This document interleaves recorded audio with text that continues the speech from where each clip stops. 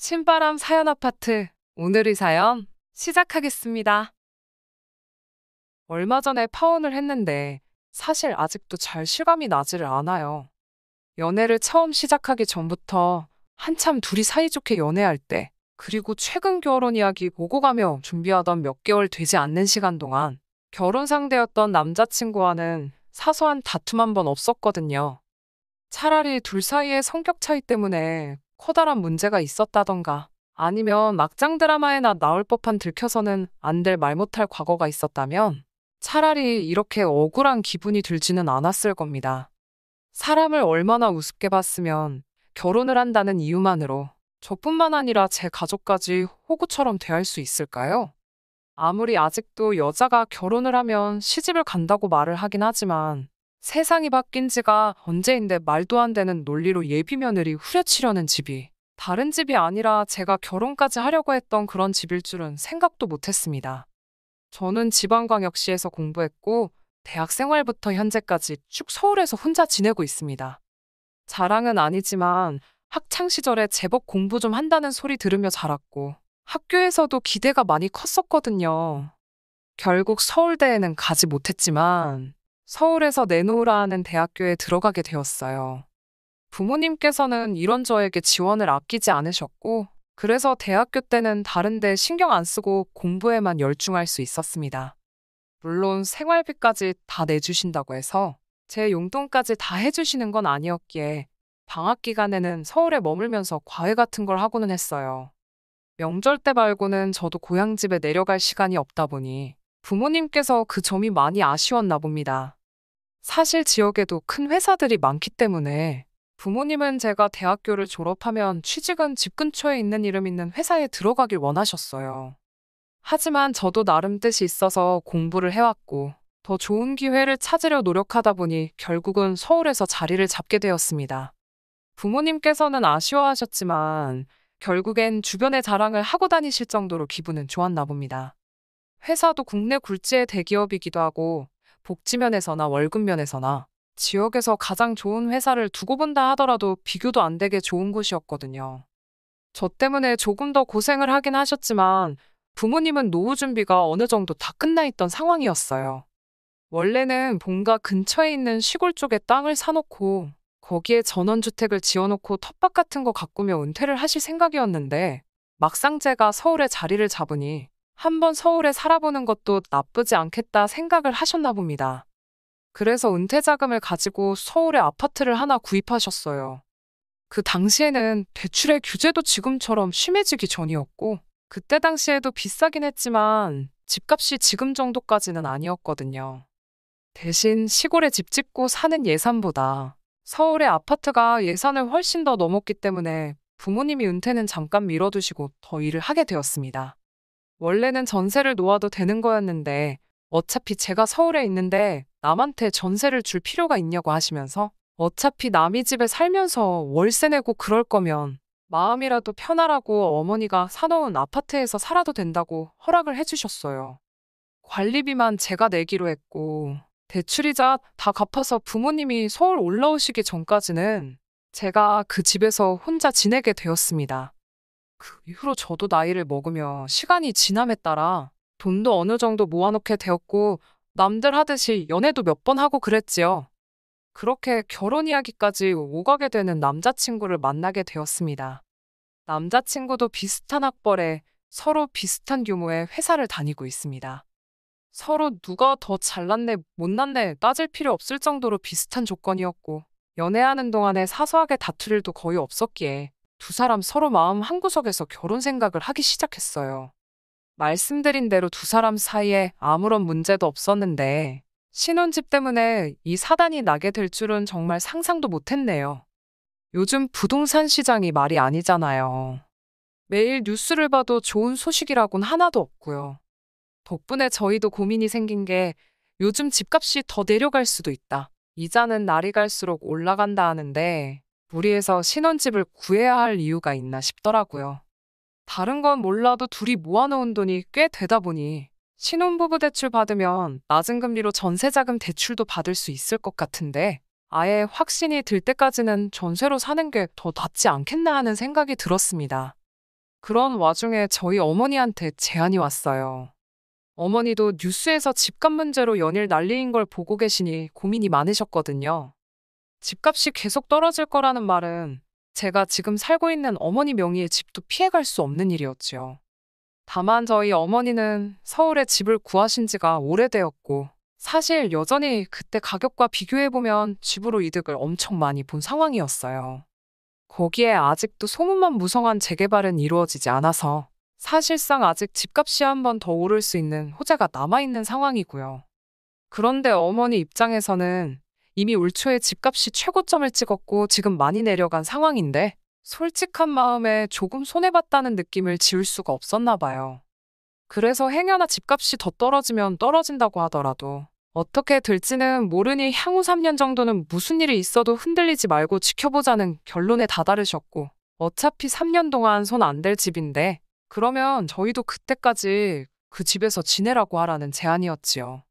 저희 입장에서는 아쉬울 게 하나도 없는 제안이었던 것이 어차피 제가 지금 살고 있는 집이기도 하고 새로 전세 구한다고 대출받을 필요도 없었고 여전히 관리비만 저희가 내면 된다고 하셨으니 비용을 절약하는 측면에서도 이 상황보다 더 나은 상황이 없었습니다. 남자친구한테 이 사실을 말했더니 남자친구도 집 때문에 걱정이 많았다면서 다행이라고 하더라고요.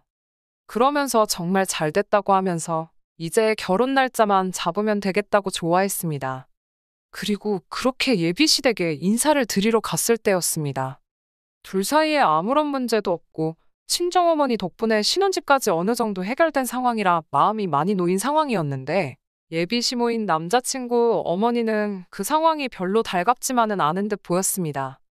첫 인상부터가 이렇게 된 상황을 조금 마음에 안 들어하는 눈치였어요.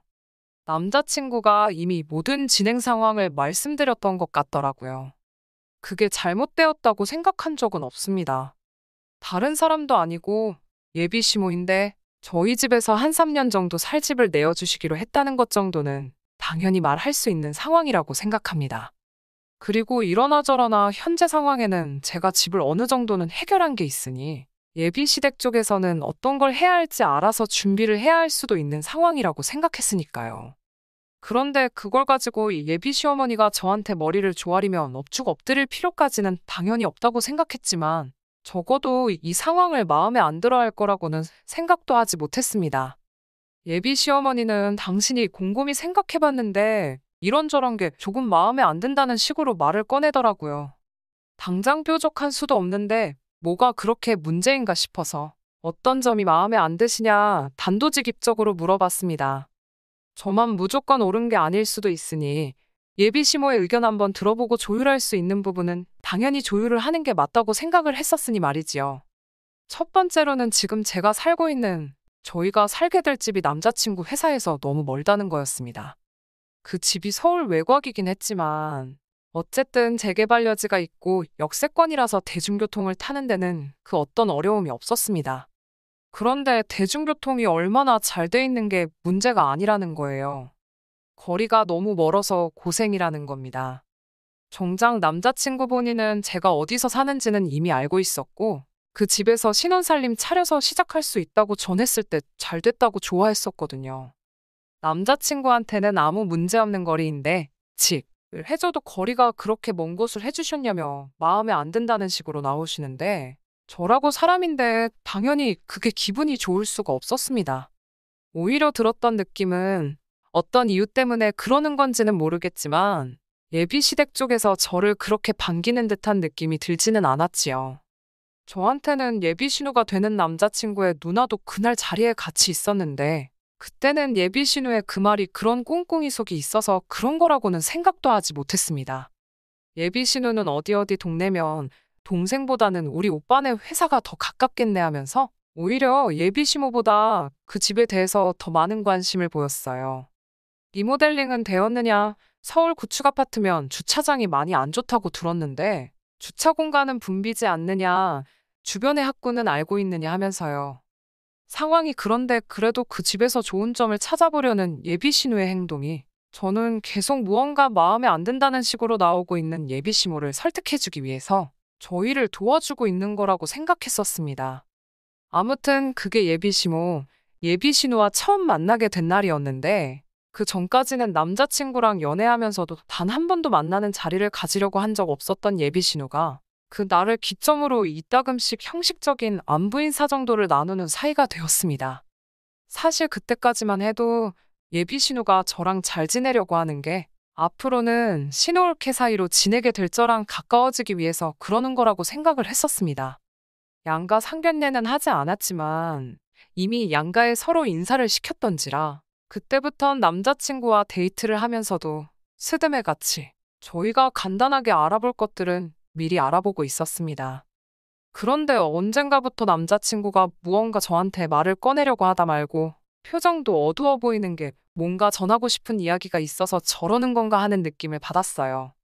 왜 그러냐고 제가 단도직입적으로 물어봤는데 딱히 아무것도 아니라고 대답만 회피하더라고요. 사실 이때부터 조금씩 안 좋은 촉이 오기 시작했습니다. 아니나 다를까 남자친구가 그렇게 행동하게 된 이후부터 예비 신우가 저한테 잘하려고 했던 이유, 시어머니가 뭔가 탐탁치 않아 한다는 것까지 전부 한 번에 알게 되었습니다. 예비 시어머니가 급하게 나눌 이야기가 있으니 자리 좀 만들어 보라고 했던 그날에 자리에 나가기도 전인데 왠지 안 좋은 촉이 들기 시작했었거든요.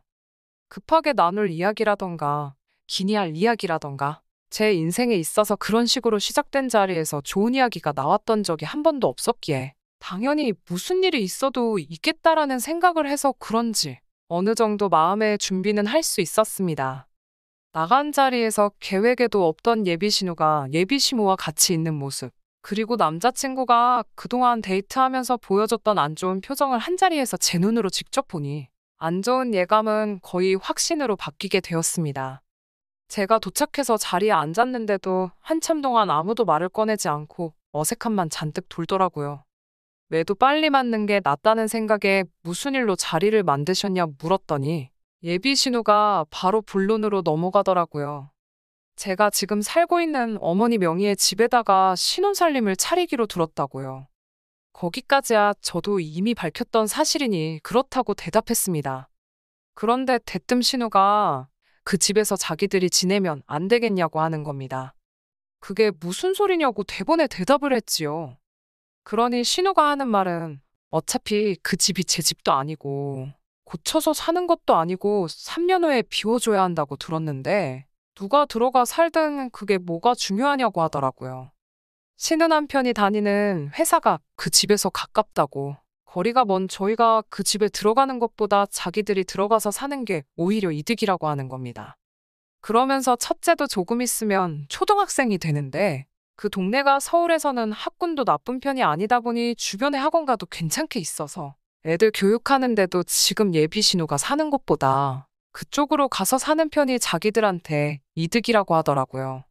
어이가 없어서 누가 들어가 살고 말고가 왜 안 중요하냐고. 그리고 그건 신우가 이득인 거지. 제가 이득을 보는 게 뭐가 있냐고 했어요.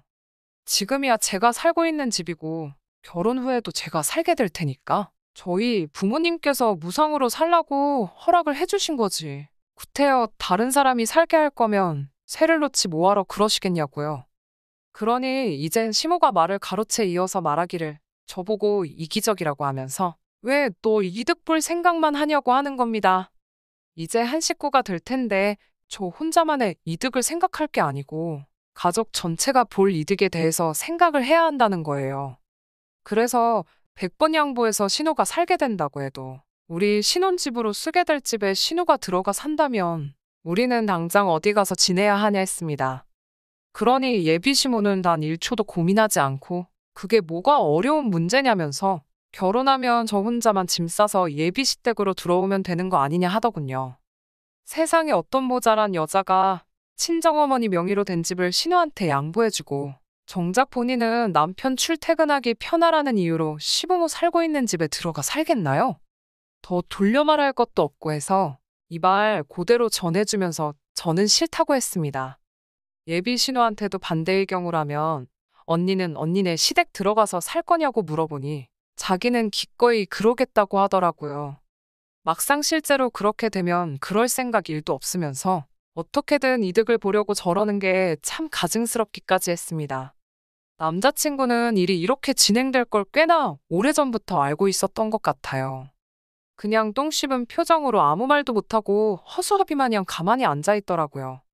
예비 시모가 말을 꺼내길 요즘 뉴스 안 보냐고 하면서 부동산 시장 다 망했다고. 저나 저희 부모님이 왜 그렇게 그 집에 집착을 하는지 모르겠다고 하는 겁니다.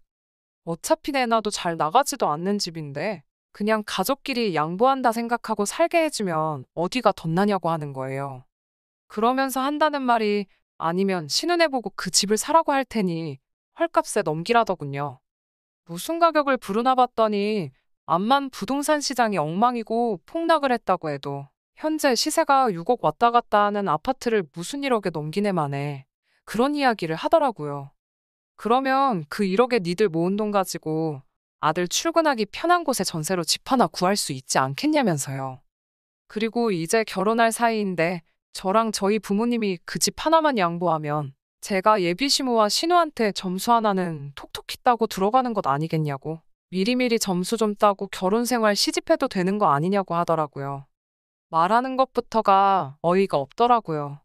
앞으로 3년간은 부동산 시장이나 이자 걱정 없이 신혼생활 시작할 수 있게 된 이 상황을 예비 시모는 마치 제가 신혼집을 해오는 걸로 생각하고 있나 보더라고요. 자기 엄마랑 누나가 말도 안 되는 똥고집을 부리면서 있는데 다행히 남자친구가 나서서 동조를 하거나 하진 않았지만 똥 씹은 표정 하고서는 자기는 아무 잘못 없다는 식으로 자기도 피해자인 것 같은 표정을 하고 있더라고요. 그게 염치는 있구나 봐줄지언정 정신머리가 제대로 박힌 놈이 할 행동은 아니라는 생각이 들었어요. 온갖 불쌍한 척은 다 해서 어찌어찌 예비 시모나 신우가 우리 친정엄마 집을 거저먹으려는 계획을 막아내고 그 집에서 계획대로 신혼집 차리고 결혼 생활 시작한다고 하더라도 앞으로 저런 자식하고 결혼해봐야 고부 갈등이 생기는 건 당연한 일이고 제대로 된 방패막이 역할은 긁는 거나 마찬가지라는 생각이 딱 들었습니다. 더 이야기할 것도 없었어요. 날강도라고 하더라도 이 정도로 양심 없게 남의 재산을 거저먹으려 들지는 않았을 겁니다. 그래서 조용히 자리에서 일어나서 한마디 했어요. 모자란 남자를 내 남편으로 받아들이는 거에 대해서 후회는 없겠지만 낯짝 두껍고 파렴치한 사람들을 내 남편의 가족이라는 이유 하나만으로 감싸고 가야 한다면 평생 후회 속에 살 것 같다고. 그리고 지금이 딱 그런 상황이라고요. 저는 결혼 후에 제 결정을 후회하면서 살고 싶은 생각이 없으니 이혼보다는 파혼이랬다고 그냥 결혼은 없던 일로 하자고 했습니다. 저나 저희 부모님을 얼마나 호구로 봤으면 살고 있는 집을 양보해주고 나는 시집살이를 해야 한다고 하질 않나. 시세의 절반도 안 되는 가격으로 집을 넘기라고 하질 않나 하고 있겠냐고요. 예비 시모는 상황 파악도 못하고 저보고 자기도 계산적인 며느리는 보기 싫다고 하더라고요. 그러니까 남자친구가 그제서야 얼굴이 사색이 되어서는 다 늦어서 제 편을 들기 시작하는 겁니다. 솔직히 엄마고 누나고 다 너무했다고 하면서 그동안 저랑 결혼 준비하면서 보였던 표정이 이미 진작부터 오고 갔던 이야기라는 건 어린애라도 눈치챘을 법한 상황이었어요. 하지만 너무 늦었죠. 파혼하게 생겼으니 늦게나마 저를 잡으려고 자기가 잘못한 거 뉘우치고 잘 하려는 것처럼 보일 수도 있겠지만 오히려 더 늦게 저렇게 액션을 취하는 게 더 괘씸했어요. 진작에 저렇게 나올 수 있었는데 집을 양보한 애만에 이 이야기가 끝까지 오고 갈 때까지 듣고만 있었다는 건 솔직히 간보는 거나 마찬가지잖아요. 되면 좋은 거고 안 되면 내 편 들어주는 척 하면서 내 마음 돌려놓고 남자친구한테 거지근성으로 똘똘 뭉친 너네 가족도 문제지만 너같이 속이 음흉한 놈이 더 문제라고. 이 파혼이 꼭 니네 가족 거지근성 때문에 되는 게 아니라고도 확실히 말해줬습니다. 더 말할 것도 없고 내가 너랑 결혼해서 니네 집 구석을 내 가족으로 들이는 게 우리 부모님이 가지고 계신 아파트 가격에 비하면 아무 이득될 것도 하나 없으니 결혼 이야기는 없는 걸로 하고 각자 갈 길 가자고 했습니다. 이제 와서 미안하단 말 할 것도 없고 애초에 잘못된 거 진작에 알았으면 미안할 일을 안 만들었으면 되는 거 아니겠냐고 하니 남자친구나 예비 시모나 그 자리에 누구도 제 말에 그럴싸한 대답을 하는 사람은 아무도 없더군요. 주변 지인 중에서 저한테 그래도 그렇지 그렇게 오래 만나고 결혼 이야기까지 오고 가던 남자친구를 하루아침에 헌신작 버리듯이 버릴 수가 있냐고 하는 사람도 있더라고요. 대화로 해결할 수 있던 부분이 있지 않았겠냐고 너무 극단적이라고 하는데 저는 그런 말 들어도 여전히 제가 잘못했다는 생각이 들지는 않습니다. 오히려 괜히 질질 끌었다가 나중에 이 꼴 저 꼴 못 볼 꼴 다 보고 그리고 나서 후회 속에 이혼하는 것보다 길게 볼 것도 없이 결혼조차 안 하는 게 더 이득 아니겠냐는 생각이에요. 결혼이 사랑만으로 할 수 있는 게 아니라는 말이 오늘따라 더 와닿는 하루네요. 안녕하세요. 사랑하는 남자친구와 결혼을 앞두고 있던 20대 여성입니다. 나이를 떠나 자기 체면과 자존심이 중요하지 않은 사람이 세상에 어디 있을까요? 하지만 제가 사랑하는 사람을 포함한 그의 가족들은 뭐가 진짜 체면이고 자존심인지 분간을 못하는 것 같아요. 저와 남자친구는 다른 대학교를 다녔지만 지역 내 동아리 활동을 하며 알게 된 사이였어요. 두 사람 다 사회인이 되고 나서 우연찮은 기회로 재회를 하게 되었고 그때부터 이 인연이 다 연인이 되었습니다. 그리고 현재까지 쭉 만남을 이어오다가 결국 저와 남자친구 사이에 결혼 이야기까지 오고 가게 되었습니다.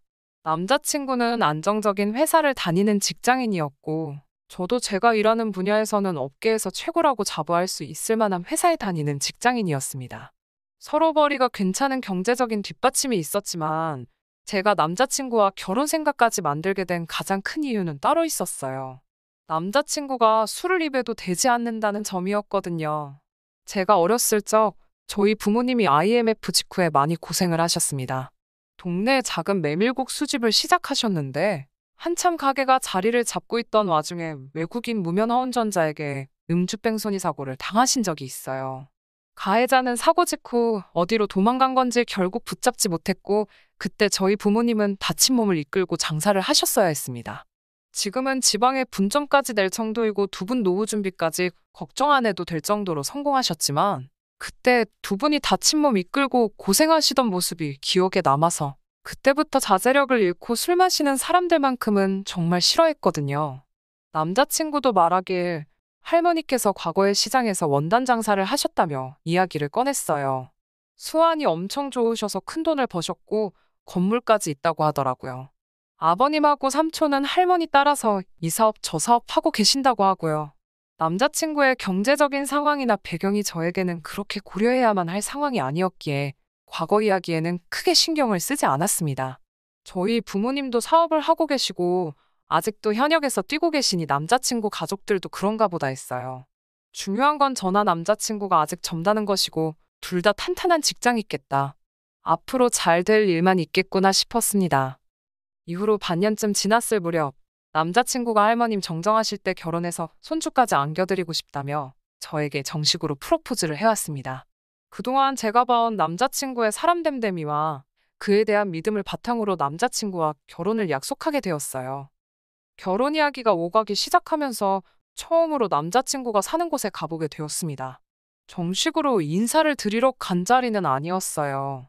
남자친구 아버님, 어머님께서 저를 한번 보고 싶다고 하셨다길래 간단하게 인사만 드리러 간 자리였습니다. 그런데 남자친구 집에는 제가 인사를 오기로 되어 있다고 하면서 남자친구의 부모님을 비롯해 할머님과 삼촌까지 모두 모여 계셨습니다. 예상과는 다른 상황에 당황했지만 절 반갑게 맞아주셨어요. 하지만 집에선 30분도 있지 않았고 다들 갈비가 먹고 싶다 하여 갈비집으로 이동하게 되었습니다. 갈비집에 가지 않았다면 저랑 남자친구는 지금도 한창 결혼 준비를 하고 있었을까요? 차라리 거기를 따라가게 된 게 다행이다 싶을 정도예요. 식당에 도착하니 아버님과 삼촌이 특히 신나 보이셨어요. 남자친구가 말하길 두 분 다 엄청난 애주가랍니다. 게다가 술 드시는 속도가 어찌나 빠르신지 무조건 원샷을 하시고 혀가 꼬부라질 때까지 드신다고요. 아버님이 애주가란 이야기를 듣고 나니 왠지 마음이 불편해졌습니다. 특히 혀가 꼬부라질 때까지 드신다는 말을 듣고 나니 영 찝찝하더라고요.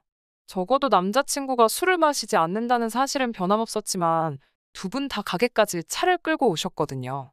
대리를 부르시던가 할 거라고 생각했지만 애초에 술을 먹을 계획이셨다면 처음부터 택시를 타던가 하셨으면 좋지 않았을까 싶었어요. 말씀드렸다시피 예전에 저희 부모님이 음주운전 차량으로 인해서 큰 사고를 당하신 적이 있다 보니 저도 그렇고 저희 부모님도 술은 입에 대지도 않았고 술을 싫어했으니까요. 게다가 제 눈에는 말이 좋아해주가지 술 좋아하고 조절 못하는 사람들은 죄다 상종 못할 사람들처럼 보일 수밖에 없었습니다. 하물며 차까지 가져오셨으니 그 모습이 저한테는 좋게 보이지는 않았어요. 아무튼 이래저래 마음이 어수선해지려는 찰나 아버님께서 돼지갈비 6인분과 소주 5병, 맥주 3병을 시키셨습니다. 밑반찬이 깔리자마자 술을 같이 가져다 주시더라고요. 그러더니 대뜸 아버님께서 저더러 한 잔 따라보랍니다. 내키진 않았지만 한 잔 따라드렸어요. 그러자 이번엔 제 차례라면서 방금 아버님이 드시던 술잔에 잔을 직접 채우시더니 그걸 마시라고 제 앞에 내밀더라고요. 술을 저한테 권하시는 것보다도 지금 저걸 나보고 마시라는 건가 싶었습니다. 제가 술을 입에도 안 대고 싫어하는 걸 떠나서 제 잔에다 따라주는 것도 아니고 드시던 잔에다가 술을 채워 건네다니요. 암만실외에서 마스크를 착용하는 게 해제가 되었다고 한들 아직도 재채기만 해도 눈치가 보이는 이 시국에 잔 돌리기를 하고 계시니 솔직히 기분이 엄청 나빴습니다. 저는 최대한 정중하게 술을 전혀 못한다고 설명을 드리면서 거절했어요. 하지만 아버님께서는 끈덕지게 저보고 어른이 주는 술은 먹어도 되는 거라면서 강요를 하셨습니다. 100번 양보해서 술 한 잔 마실 수는 있다고 쳐도 도무지 그 잔으로는 술을 마실 엄두가 나질 않았어요. 그래서 끝끝내 정말 죄송하다고 술이 몸에 안 받아서 마시질 못한다고 설명을 드리며 거절을 하게 되었습니다. 결국 아버님께서는 들고 계시던 소주잔을 테이블에 거의 던지듯 내려놓으시곤 인사드리러 왔다는 며느리감이 시애비 될 사람이 주는 술 한 잔을 안 마시냐며 짜증이 난다셨습니다. 당황한 제 손에 옆에 있던 삼촌께서 강제로 소주잔을 쥐어주시면서 그냥 한 잔 받으랍니다. 회사원이라고 들었는데 회사에서 기본적인 주도도 안 가르쳐주냐고 하시면서요. 주도가 뭔지도 알고 있고 적어도 저는 그렇게 배우진 않았거든요. 그리고 회사에서는 술을 싫어하는 저에게 억지로 술을 마시라 강요하지도 않고요. 아랫사람의 주도가 있다면 당연히 윗사람도 아랫사람을 배려하는 주도가 있는 법 아니겠어요? 하지만 남자친구도 저를 보며 어쩔 수 없다는 눈빛으로 한 잔만 받아달라는 듯한 눈초리로 저를 바라보고 있었고요. 그나마 다행인 건 삼촌께서 쥐어주신 소주잔이 아버님이 마시다가 던져버린 그 잔이 아니라 테이블이 세팅될 때 뒤집어 놓은 쓰지 않은 잔이어서 아버님이 따라주는 술을 한 잔 받았습니다. 결국 할 수 없이 받은 그 소주 한 잔을 천천히 나눠 마시고 있었습니다. 그런데 또다시 아버님께서 제 잔을 보시더니 잔이 너무 안 빈다고 뭐라고 하시더라고요. 대학교를 다닐 때도 직장 생활을 하면서도 저에게 그 누구도 술을 마시라고 강요하는 사람은 없었는데 남자친구 아버님께서 그런 스트레스를 주실 거라곤 상상도 못했네요. 그 와중에 어머님께서는 저에게 집게와 가위를 주시면서 술 안 마실 거면 차라리 이쪽으로 와서 고기라도 구우라고 하셨습니다. 이제 며느리도 생겼으니 자기도 식문으로 탈출하게 생겼다고 깔깔대시면서 제가 고기 굽는 것부터 한번 보겠다고 하시면서 말입니다. 며느리 덕분에 모처럼 밥 한 끼 편하게 먹겠다고 하시면서 말입니다. 차라리 아무 말씀도 안 하셨으면 아버님한테 당하고 있는 제가 보기 안쓰러워서 도와주셨다 좋게 생각했을 텐데 쓸데없는 사족을 붙이시니 솔직히 기분이 너무 안 좋았습니다. 제가 남자친구와 결혼을 약속한 건 맞지만 그래서 남자친구의 가족들에게 잘 보이고 싶은 마음도 진심이었지만 왜 이런 대우를 받고 있어야 하는지 도통 이해가 되지 않았어요. 게다가 어머님이 저에게 고기를 구우라고 한 그때 할머님까지 저에게 이런 건 시애미가 시키기 전에 네가 알아서 했어야 된답니다. 뭐 먹으러 오면 여자가 눈치껏 파릿파릿하게 움직여야 된다나요. 제가 잠시 어른들의 눈을 피해 남자친구에게 도와달라고 했어요. 그러자 남자친구가 한다는 소리가 자기가 지금 나를 도와주면 할머니 앞에서 손자체면이 말이 아니랍니다. 그러니까 그냥 저더러 하래요. 싹싹한 손자며느리라고 칭찬을 들을 수 있는 절호의 기회라나요. 저는 그런 칭찬은 필요 없다고 남자친구 쪽으로 집게와 가위를 밀어놓았습니다. 그리고는 할머님과 어머님의 매서운 눈초리를 못 본 채 외면하고 있었지요. 결국 고기는 남자친구가 구웠고요. 아버님께선 그 사이에 술 기운이 좀 오르신 듯 했어요. 가만히 저를 쳐다보시더니 잠깐 여기 옆으로 좀 와서 앉아보랍니다. 시아버지한테 고기쌈이나 하나 싸서 입안에 넣어주라고요.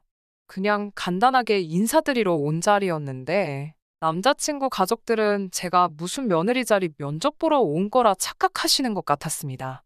그렇다고 자리가 자리인데 제가 무조건 싫다고만 할 수도 없는 노릇이었고 소주 한 잔 마시라고 하실 때부터 아버님 성질머리 고약한 건 이미 파악을 한 상태였잖아요. 거기서 뻐기고 있어봐야 목소리만 커지겠다 싶어서 쌈 하나 싸드렸죠. 그나마 다행인 건 원래 바라신 대로 입에는 넣어드리지 않고 그냥 드렸더니 그쯤 하면 됐다 싶은 모양새로 별말을 안 하시더군요. 그리고 나서 아버님께서도 며느리도 한입 해야지 않겠냐고 쌈을 싸서 주시길래 제 입으로 가져다 주기 전에 잽싸게 손으로 받아서 입에 넣었습니다. 그런데 그걸 보더니 아버님이 저한테 성질을 부리기 시작했어요. 저희 부모님이 저한테 식사 예절을 안 가르쳤냐고 합니다. 입에 안 넣어준 게 문제인가? 사주는 걸 손으로 받아먹은 게 문제인가?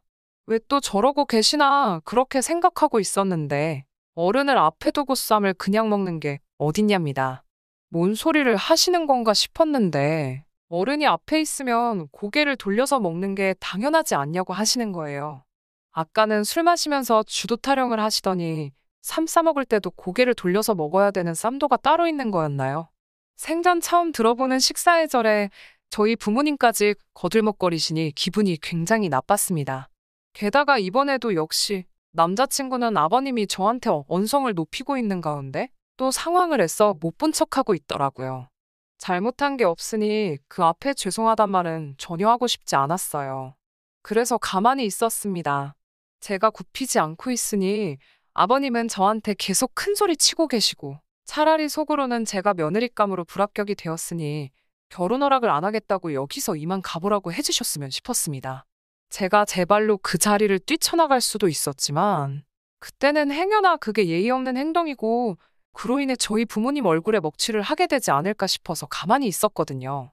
제가 계속해서 아무 말도 없으니 아버님은 어디서 못각 같은 며느리감을 데리고 왔다며 당신은 나긋나긋한 여자가 좋으니 남자친구에게 결혼하면 저를 교육 좀 잘 시켜서 태도 좀 고치게 하랍니다.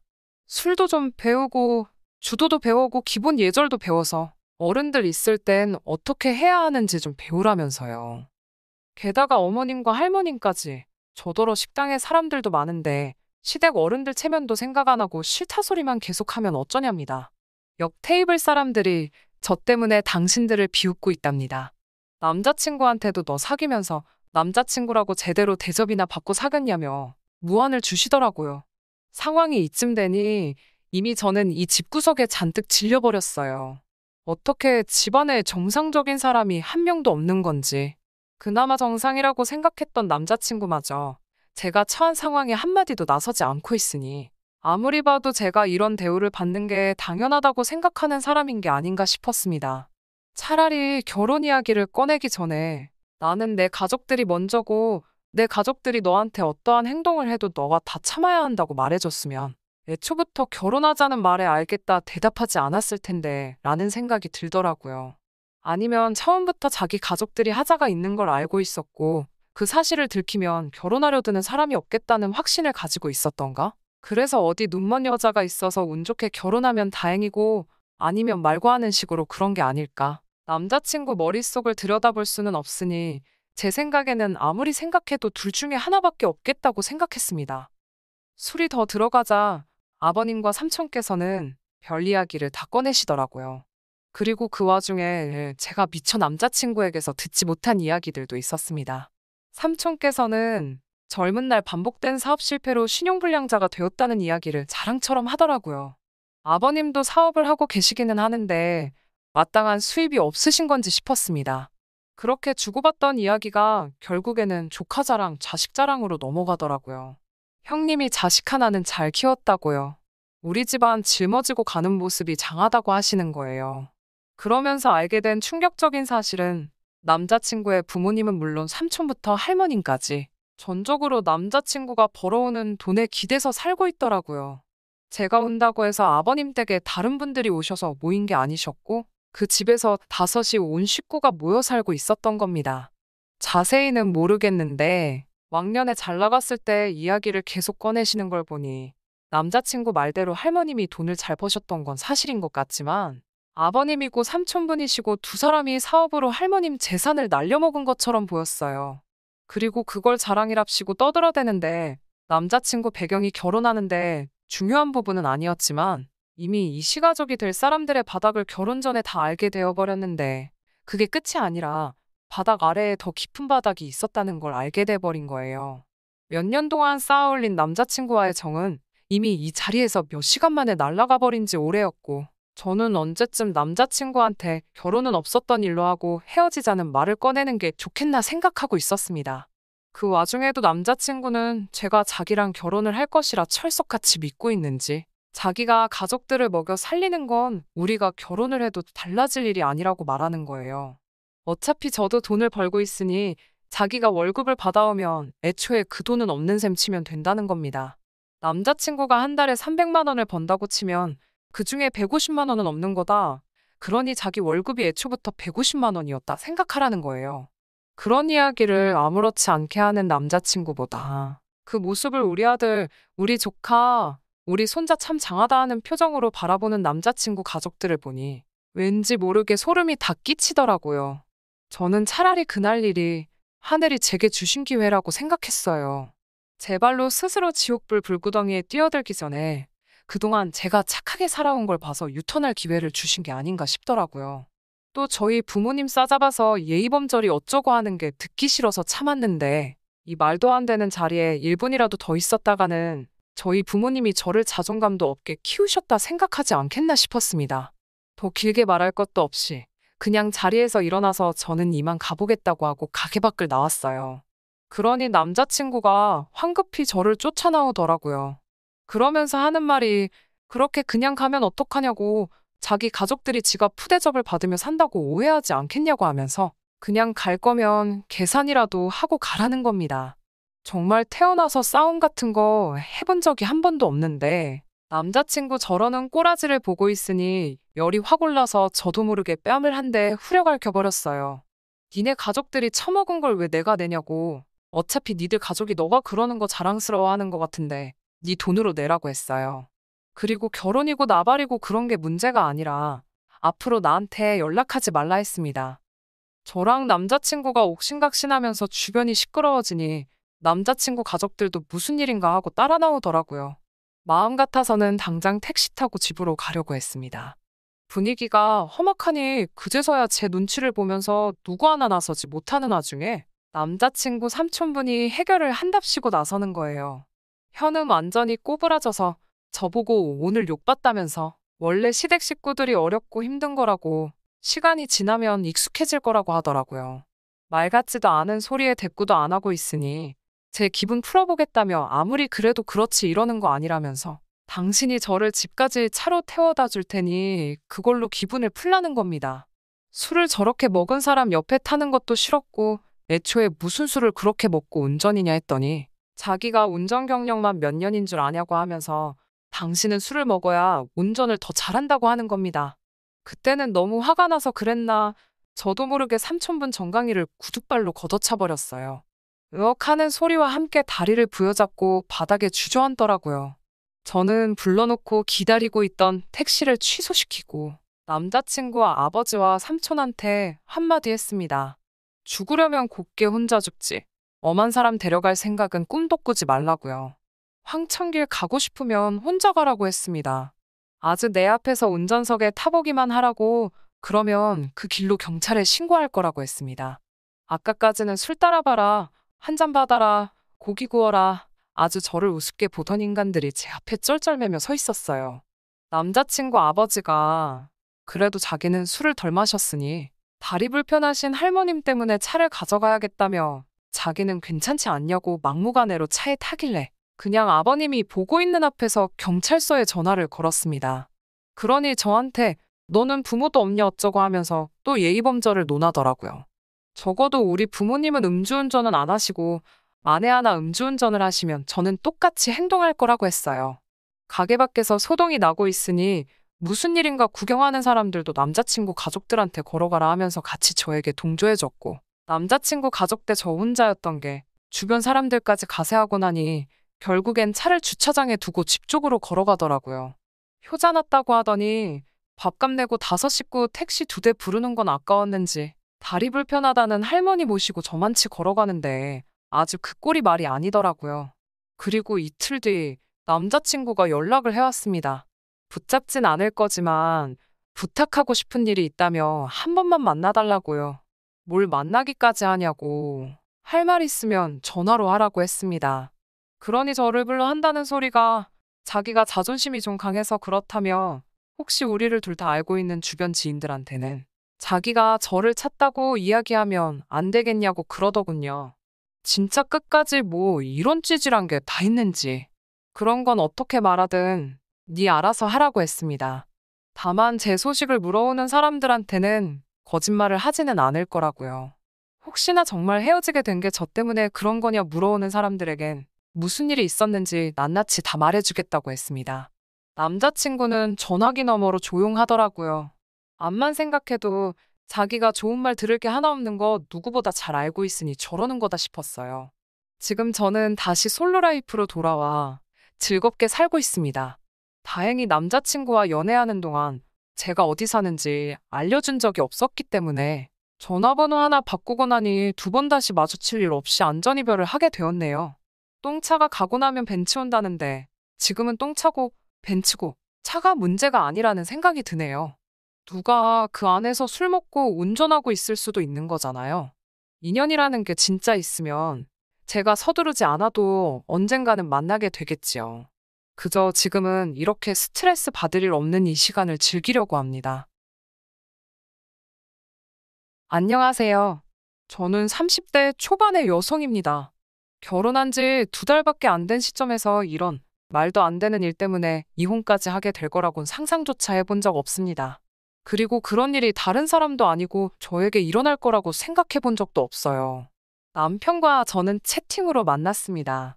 제가 성격이 내성적이라서 사람들과 잘 어울리지 못합니다. 그렇다 보니 주변에 친구도 많이 없고 그래요. 그러다 하루는 회사 일로 마음도 답답하고 외로워서 온라인 채팅을 하게 되었는데 거기서 제 남편을 만났습니다. 처음 이야기를 나눴지만 제 이야기도 잘 들어주고 고맙더라고요. 그 날을 계기로 몇 번 더 남편과 채팅을 하게 되었고 그러다 하루는 남편이 저를 직접 만나보고 싶다고 하더라고요. 채팅으로 알게 된 사람을 직접 만난다는 게 부담스럽기는 했지만 저도 남편이란 사람이 궁금하던 차였기에 고민 끝에 만나기로 했습니다. 남편과 저는 자동차로 40분 거리에 살고 있었어요. 실제로 만나니 마치 오래된 친구를 만난 것처럼 반갑기도 하고 설레기도 하고 그렇더라고요. 그리고 그날 이후로 저희는 연인이 되었습니다.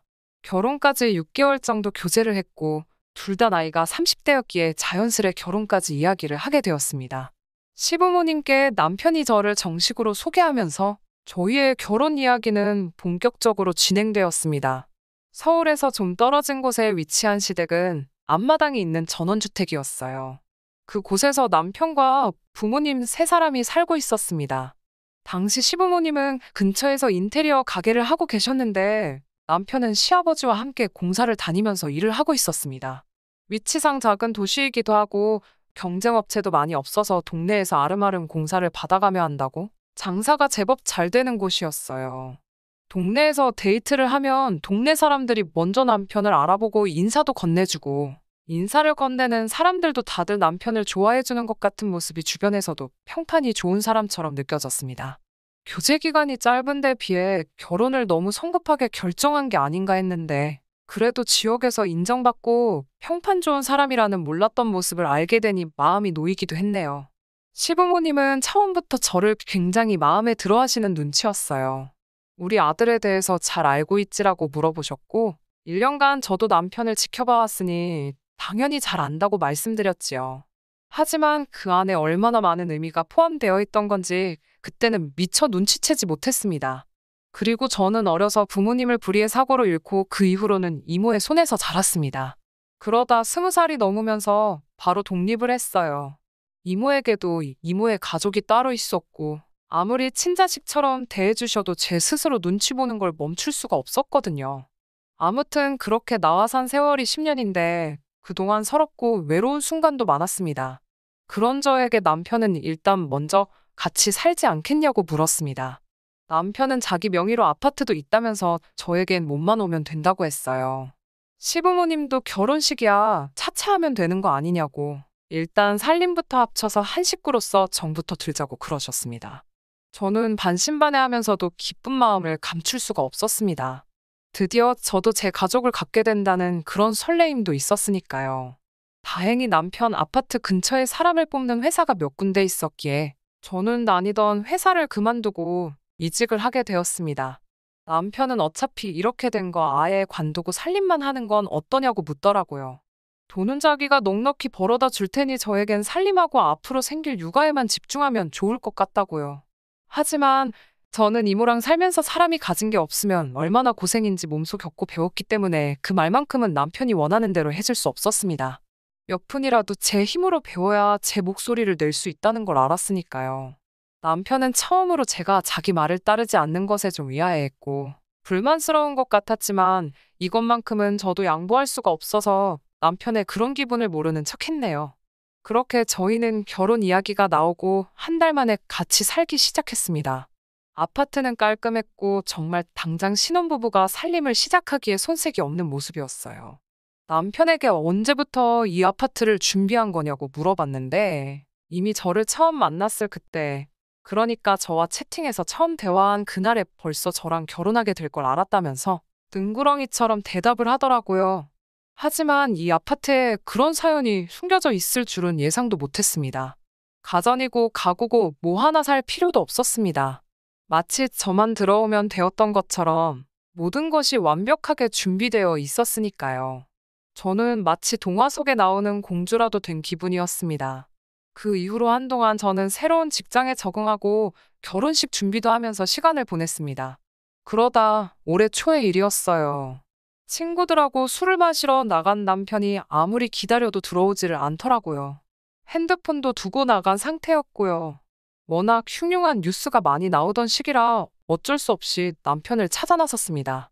집 근처에서 만난다는 건 알고 있었고 남편이 자주 가는 몇 군데 술집도 알고 있었기에 서울에서 김서방 찾기처럼 어려운 일은 아니었습니다. 남편이 자주 가던 술집을 연거푸 네 곳을 돌아보고 여기만 마지막으로 확인하고 가자라는 심정으로 들린 곳에서 남편을 찾을 수 있었습니다. 저도 몇 번 봤었던 중학교 동창이라는 친구와 술이떡이 되게 마셨더라고요. 무슨 술을 이렇게 마셨냐고 그러니까 그 동창이라는 친구가 혀는 반쯤 풀려서는 제 남편이 이제 키워줄 여자도 생겼고 이제 다 됐다며 잘된 일이라고 기분이 좋다고 하는 거예요. 키워줄 여자라는 게 무슨 소린가 싶어서 저게 대체 뭔 이야기를 하는 거냐고 물으니 남편이 헛소리라며 손을 내젓고는 화장실 간다며 자리를 떴어요. 저는 뭔가 쎄한 느낌이 들어서 다시 말해보라니까 남편 동창이라는 사람이 알고 보면 참 불쌍한 애라고 잘 키워주라고 그러더라고요. 그러더니 테이블에 머리를 쳐박고 기절을 해버렸습니다. 저는 일단 택시를 불러 남편 친구를 보내고 어찌저찌하여 저도 남편을 데리고 집에 돌아왔습니다. 남편은 말 그대로 떡실신을 해서 잠을 자고 있었고 저는 그 친구한테 들은 이야기 때문에 기분이 찜찜했습니다. 남편이 일어나면 물어봐야겠다고 생각하면서도 쉽게 잠을 이룰 수는 없었고요. 그리고 다음날 아침 술에 섞여 꿀물을 찾는 남편에게 어제 제가 들은 이야기를 물었습니다. 순간 남편은 놀란 토끼 눈을 하더니 지금 무슨 소리를 하는 거냐며 되묻더라고요. 그래서 제가 뭐 키워줄 사람이라든가 알고 보면 참 불쌍한 애라던가 그러더라면서 혹시 나한테 뭐 숨기는 거 있냐고 다시 물었어요. 그러자 남편은 엄청나게 짜증스러운 표정으로 무슨 소리를 하는 거냐며 저에게 드라마를 너무 많이 본 거 아니냐고 그러더라고요. 그냥 자기 친구가 술 먹고 자기를 저에게 잘 부탁한다고 하는 이야기를 뭐를 그렇게 이상한 방향으로 상상해서 확대 해석하냐고 화를 내면서요. 저에게 처음으로 화를 내던 모습이 어색해서 더 의심이 갔지만 저도 그때는 무슨 증거가 있는 것도 아니고 무작정 아니라는데 남편을 추궁할 수도 없으니 미안하다고 했습니다. 남편의 해명이 그럴싸하게 들렸던 것도 한몫했어요. 남자는 결혼하면 애라고들 하잖아요. 그러니 남편과 결혼하는 저에게 키워달라는 표현을 썼을 수도 있겠구나 생각하고 짚고 넘어갔어야 했을 그 발언을 심각하게 받아들이지 않고 회피해버리고 말았습니다. 그렇게 어영부영하다가 결혼식 당일이 되어버렸고 저도 어느새 그날 일은 잊고 살고 있었습니다. 결혼식은 아무런 문제 없이 진행되었어요. 저희 이모가 오셔서 혼주석을 빛내주셨고 하객이 많지 않을 며느리를 배려해 주신다면서 결혼식도 소규모로 진행하셨습니다. 물론 이것도 말만 저를 위한 거였다는 걸 이제는 알게 되었지만 그때는 모든 것이 저를 위해 배려를 해주는 것 같다는 생각에 그저 감사하고 고맙게만 느껴졌네요. 결혼식을 올리고 나서 신혼여행은 시국이 시국인지라 제주도로 다녀왔습니다. 신혼여행을 다녀오고 집에 짐을 풀게 되니 그제서야 제가 결혼했다는 게 실감이 나더군요. 함께 지내기 시작한 지도 벌써 몇 달이 된 집이었는데도 새롭게 느껴졌습니다. 저는 저에게도 드디어 평범하고 안정적인 제 가정이 생겼다는 사실이 마치 제가 세상에 새로 태어난 것만큼 기뻤습니다. 하지만 이 기쁨은 오래가지 못했습니다. 신혼여행을 다녀오고 며칠 되지 않았을 때예요. 시부모님이 저녁을 같이 먹자며 시댁에 오라고 하셨습니다. 이미 저희가 결혼하기 전에도 종종 식사를 같이 하자며 부르신 적이 있었기 때문에 별 생각 없이 저녁 식사를 하는가 보다 하고 남편과 시댁으로 향했어요. 하지만 그날만큼은 남편이 제 손을 꼭 잡으며 무슨 일이 있어도 오래오래 자기 곁에 있어줄 거냐고 묻더라고요. 그런 바보 같은 질문이 어디 있냐며 당연하다고 대답을 해줬고요. 그리고 곧 시댁에 도착했습니다. 저희 왔다고 현관을 열고 들어서는데 아기 우는 소리가 들렸습니다. 시댁에서 아기 우는 소리가 들리니 저는 순간 당황하고 놀랄 수밖에 없었지요. 시댁에는 저희 말고도 손님이 한 명 더 있었습니다. 제 또래의 여자였는데 아이는 그 여자가 데려온 것 같았어요. 그러더니 저를 보고 꾸벅 인사를 하더군요. 그리고 곧 저는 충격적인 이야기를 듣게 되었습니다. 시부모님은 저에게 이렇게 인사를 시키는 게 맞는지는 모르겠지만 그래도 애엄마니까 한 번은 보는 게 좋지 않겠나 싶어서 자리를 만들었다고 하셨습니다. 무슨 상황이 어떻게 돌아가는지 도통 알 수가 없었어요. 그 여자는 저에게 연신 고개를 숙이며 앞으로 잘 부탁드린다고만 했습니다. 남편에게 이게 무슨 상황이냐고 물었더니 그제서야 남편은 저에게 미리 말해주지 못해 정말 미안하다면서 사실 저 여자는 저를 만나기 전 만나던 전 부인이라고 그러더라고요. 제가 그게 무슨 소리냐고 그런 이야기는 없지 않았냐고 물었습니다. 얼마 전 동사무소에서 가족관계증명서랑 기타 여러 서류를 뗐을 때도 그런 건 보지도 못했고요. 그러자 남편이 말하기를 동거를 했던 사이, 그러니까 혼인신고는 올린 적은 없지만 사실혼 관계였던 사이라고 합니다. 그런데 여자가 임신을 했다는 걸 서로 알지 못한 상태에서 헤어졌고 다른 사람을 만났답니다. 남편은 저를 만났고 그 여자도 새로운 남자를 만난 거지요. 그런데 그 남자가 처음부터 애는 못 받아준다고 해서 지우려고 했다는 거예요. 하지만 저희 시부모님과 남편은 제발 낳아만 달라고 그러면 우리가 뒷일은 책임지겠다며 경제적인 지원을 해주고 있었답니다. 그리고 이제 그 여자가 아이를 낳았으니 저더러 키워달라더군요. 그 여자는 남자가 기다리고 있어서 이제 나가봐야 한다며 눈물 콧물을 제 앞에서 흠뻑 흘리고 가끔 소식 좀 전해달라며 먼저 자리를 떴습니다. 누구 하나 못되게 말하는 사람이 없었고 모두가 서로에게 미안해했지만 저에겐 다 이기적인 사람들로만 보였습니다.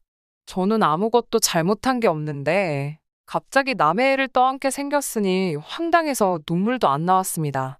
제가 시어머니께 그래서 저더러 이 아이를 키우라는 거냐고 다시 물었습니다. 그러자 남편도 어차피 아이는 어려서 아무것도 기억을 못할 테니까 처음부터 우리가 친부모라 생각하고 키우면 되지 않겠냐고 그래요. 그 말을 듣는데 제가 너무 황당해서 당신은 친아빠가 맞으니까 상관이 없지만 나는 뭐가 되냐고 소리를 질렀습니다. 제가 소리를 지르고 있으니 남편 곁에 있던 시어머니도 그동안 그래서 우리가 너한테 아무것도 바라는 것 없이 며느리로 받아주지 않았냐고 그러십니다. 우리가 가족도 없고 가진 것도 없는 별 볼 일 없는 너를 며느리로 받아들이고 그렇게 아낀 건 다 제 마음씨 하나만 보고 그런 거라면서 당신들을 실망시키지 말아달라고 하셨습니다. 어찌나 뻔뻔하고 황당한 소리를 얼마나 당당하게 하던지 어이가 없어서 헛웃음이 다 나오더라고요. 아이는 불쌍하지만 세 사람이 알아서 키우던 말던 하라고 저는 못한다고 딱 잘라서 말했습니다. 그러자 이번엔 시아버지까지 나서서 이미 혼인신고까지 다음 마당에 그렇게 막무가내로 못한다고 나오면 저한텐 뭐가 좋을 것 같냐고 그러시더군요. 이렇게 이혼해봤자 이혼녀밖에 더 되냐면서 저더러 속상한 건 알겠지만 좋은 게 좋은 거 아니겠냐고. 이렇게 된 거 마음 크게 먹고 좋은 엄마 한번 해보라고 하셨습니다. 어차피 너도 나중 가면 네 배 아파서 애 낳을 거 아니냐며 연습한다 생각해보라고요. 나중 가서 아들 못 낳아서 우리한테 미움 사지나 말고 시작부터 대를 이어줄 아들 가지고 시작하는데 그게 저한테는 믿지는 장사가 아니라고 설득하더라고요. 남편의 해명도 시어머니의 억지도 어이가 없었지만 시아버지의 발언은 정말 웃음도 안 나올 정도였고 제가 아주 사기꾼들에게 속아서 밟아도 아주 커다란 똥을 밟았구나 하는 생각밖에 없었어요. 저는 차라리 이혼녀가 될지언정 남의 애는 못 키워준다고 이혼하자고 그랬습니다. 그리고 이혼녀 되면 저만 되냐고 남편도 이혼남 되는 건 똑같다고 한마디 했고요. 거기에 애까지 딸렸으니 볼만하겠다고 한마디 쏘아붙였습니다. 그리고 그 길로 집으로 가서 일단 제 집만 대충 추려서 도망치듯 나왔습니다. 남편은 계속해서 미안하지만 한 번만 다시 생각해달라며 자기가 죽을 때까지 빚진 마음으로 살겠다고 연락을 해왔어요. 하지만 저도 비록 남은 아니지만 그래도 다른 사람 손에서 자랐기 때문에 압니다. 그건 키우는 사람도 그 안에서 자라는 사람도 좋을 수가 없거든요. 당장은 갈 곳이 없어서 이모의 집으로 향했습니다. 저에겐 진짜 친정은 아니었지만 이모는 저를 따뜻하게 맞아주셨고 자초지종을 듣고 마치 자기 일인 것처럼 저를 위해 환해주셨어요. 이모의 인맥을 통해 이런저런 사람을 소개받게 되고 그러던 와중에 이 사건으로 혼인무효 소송을 할 수 있다는 사실을 알게 되었습니다. 그리고 어려운 시간이었지만 결국 남편과 시댁이 의도적으로 사실혼과 자녀가 있음을 숨겼다는 결정적인 증거들이 있었기 때문에 법원에서는 제 손을 들어주었고 큰 금액은 아니지만 위자료도 받을 수 있었습니다. 남편과 시댁에서는 저에게 이렇게까지 했어야 했냐며 정말 사람 잘못 봤다고 비로소 속내를 드러내더군요. 장장 1년간 꿈 같은 일을 겪고 나니 몸도 마음도 많이 지쳤습니다. 그래서 지금은 이모 집에서도 나와서 아예 저랑은 상관없는 전혀 다른 동네까지 내려와서 저의 과거를 알고 있는 모든 사람들과 소식도 끊고 쉬엄쉬엄 지내고 있어요. 얼마 전에 전 남편에게서 연락이 왔습니다. 가끔씩 연락이 오고는 했지만 제가 대답하거나 답장을 보낸 적은 한 번도 없었거든요. 자기는 어떻게 지내고 있는데 저는 어떻게 지내고 있냐는 그런 안부의 뜻이 담긴 심심한 연락들이었습니다. 그런데 얼마 전에는 자신의 근황이라며 저에게 연락을 해왔어요. 처음으로 그 사람에게 답장을 하게 되었습니다. 말로는 결국 아이는 시부모님이 키우게 되었는데 가끔씩 아이의 소식이라도 알려달라던 생모인 그 여자는 아이를 그때 시댁에게 맡긴 바로 그날부터 전화번호도 바꾸고 도통 연락이 되지 않고 행방이 묘연한 상태라고 하네요. 그날에는 모두의 앞에서 아이에게 엄청 애착이 있는 듯 연기하더니 애초에 시부모님에게서 받을 위자료와 경제적 지원만을 노리고 그렇게 애만 낳아주고 돈만 잔뜩 챙겨서 잠적을 해버린 거예요.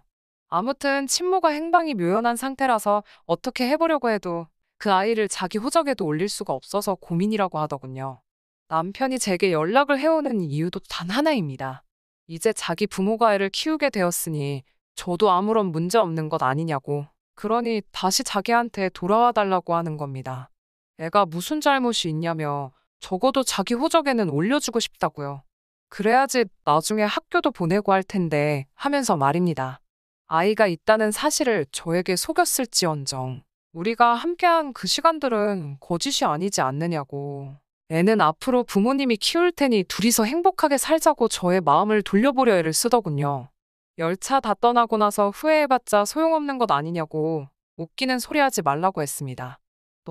너네 부모가 언제 마음이 바뀌어서 그 애를 떠넘길지 누가 아는 이야기냐고. 그때야 제가 멍청하게 속아 넘어갔지만 절대 두 번은 당하지 않는다고 말해줬어요.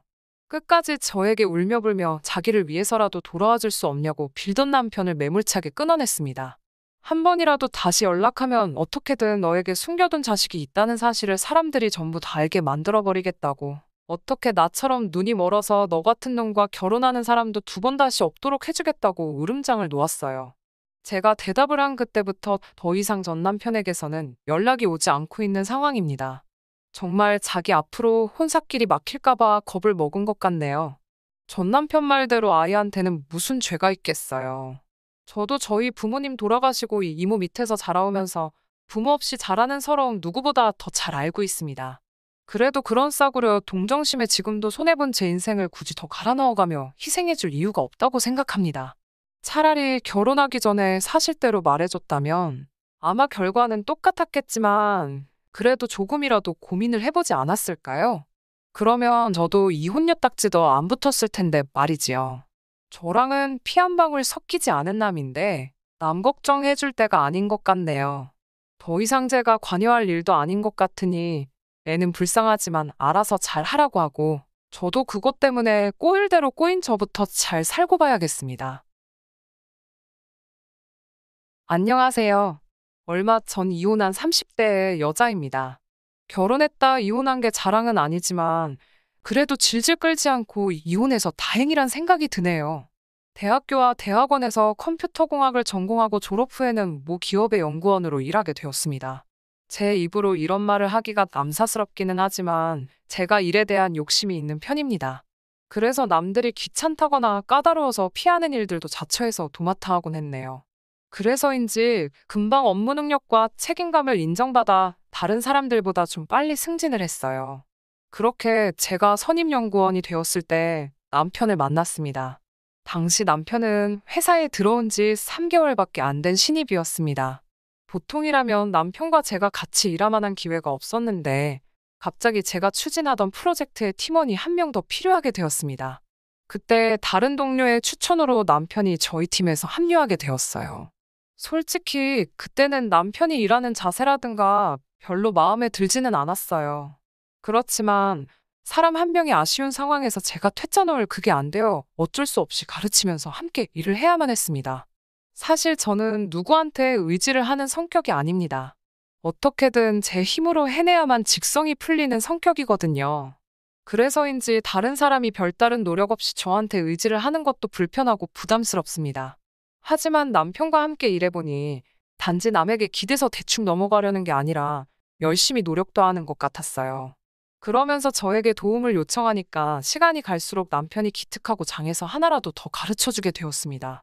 남편도 제 그런 마음을 읽었는지 열심히 배우고 따라와 주더라고요. 그래도 이때까지는 이런 남편에게서 이성으로서 남자로서 매력을 느끼지는 못했습니다. 솔직한 마음으로 아끼는 남동생을 챙겨주는 누나의 마음이었던 것 같아요. 그렇게 몇 달 동안 진행한 프로젝트도 끝나고 약간의 휴식기가 주어졌던 시기였습니다. 부모님께서 선자리를 만들어 주신 적이 있습니다. 그러나 말씀드렸다시피 저는 일에 대한 열정이 있었기 때문에 결혼하고 싶은 생각이 별로 없었어요. 친정 부모님은 그런 저를 이해하지 못하셨고 그저 제가 하루빨리 좋은 짝을 만나서 아이도 낳고 그렇게 살기를 바라셨습니다. 그래서인지 언젠가부터 주말만 되면 선자리를 잡아오시더라고요. 그렇게 한 3명을 만났지만 별다른 진전은 없었습니다. 그러다 하루는 회사 휴게실에서 남편을 우연히 마주쳤고 이런저런 이야기를 나누게 되었습니다. 남편이 저에게 요새 날씨도 좋은데 이번 주말에 뭐 하냐고 묻길래 선 보러 간다고 선 보는 것도 너무 지겹다고 지나가는 말처럼 이야기를 했습니다. 그런데 남편이 깜짝 놀라면서 선을 보냐고 하더군요. 그래서 그렇다고 하니 그러면 혹시 지금 잘 돼가는 사람도 있냐고 묻기에 그런 걸 왜 묻냐고 없다고 대꾸했어요. 그랬더니 저를 갑자기 전에 없던 눈빛으로 뚫어지게 바라보다가 그럼 저랑 만나요 이러더군요. 그래서 주말에 만나자고 이렇게 물으니 아니요. 우리 사귀자고요 이러더군요. 생각지 못했던 일이었기에 일터에서 누구 안 사귄다고 일에 지장 줄 수 없다고 딱 잘라서 대답했습니다. 하지만 남편은 포기하지 않고 생각해보고 대답해달라고 하더군요. 사실 저도 남편에게 어느 정도 호감은 있었기 때문에 번번이 모르는 남자들 앞에서 자기소개하듯 나갈 바엔 남편과 한번 만나볼까 싶기도 했습니다. 결국 남편의 고백을 받은 지 3일 후에 제가 사귀어보자고 했고 그렇게 저희는 결국 연인 사이가 되었습니다. 나이로는 동갑이었지만 회사에서는 제가 엄연히 더 높은 직급이기 때문에 저는 남편을 모모씨라고 불렀고 남편은 저를 직함으로 불렀습니다. 하지만 저는 이게 이상하다고 생각해 본 적은 한 번도 없어요. 제가 먼저 사회생활을 시작했으니 당연한 일이죠. 하지만 남편은 저와는 달리 생각을 했던 것 같습니다. 문제가 발견된 건 본격적으로 결혼 이야기가 나오면서예요. 반년 정도 만났을 무렵 남편이 저에게 결혼하자고 하더라고요. 결혼 생각도 없었는데 얼떨결에 연애를 시작하게 되었고 남편에게 청혼까지 받으니 얼떨떨했지만 당시 남편에 대한 제 사랑은 한 번도 느껴보지 못한 감정이라고 표현해도 될 만큼 진실했기에 거절할 이유가 전혀 없었습니다.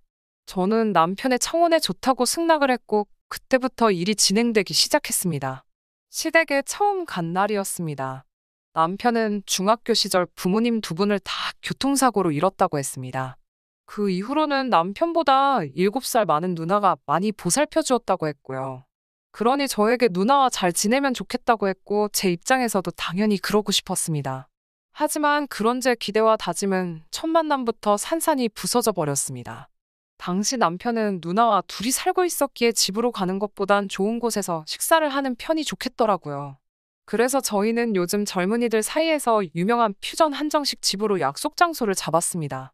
신우는 식당이 마음에 들었는지 역시 내 남동생은 센스도 좋다면서 몇 번이고 감탄을 하더라고요. 사실 제가 고른 곳이었지만 남편도 굳이 정정하려 들지 않길래 누나 앞이라서 그런가 보다 하고 말았습니다. 그런데 그건 아무것도 아니더라고요. 신우와 이야기를 할수록 뭔가 신우가 잘못 알고 있는 것 같았습니다. 신우 말에 의하면 제가 대학교 졸업 후 작은 회사들을 전전하다가 힘들게 연구소에 입사했는데 일을 너무 못했대요. 그런 저의 허물을 감싸주고 덮어준 게 남편이었고요. 처음에는 무슨 말인지 잘 이해를 못해서 그냥 적당히 맞장구를 치며 머릿속에서 상황을 정리해보니 남편이 연구소 내 저와의 관계를 완전히 꾸며냈더군요. 저를 무슨 아무것도 모르는 여직원으로 묘사를 해놓고요. 일단은 적당히 신우의 말에 호응을 해주다 신우가 잠깐 자리를 비운 사이에 남편에게 물었습니다. 이게 다 무슨 소리야?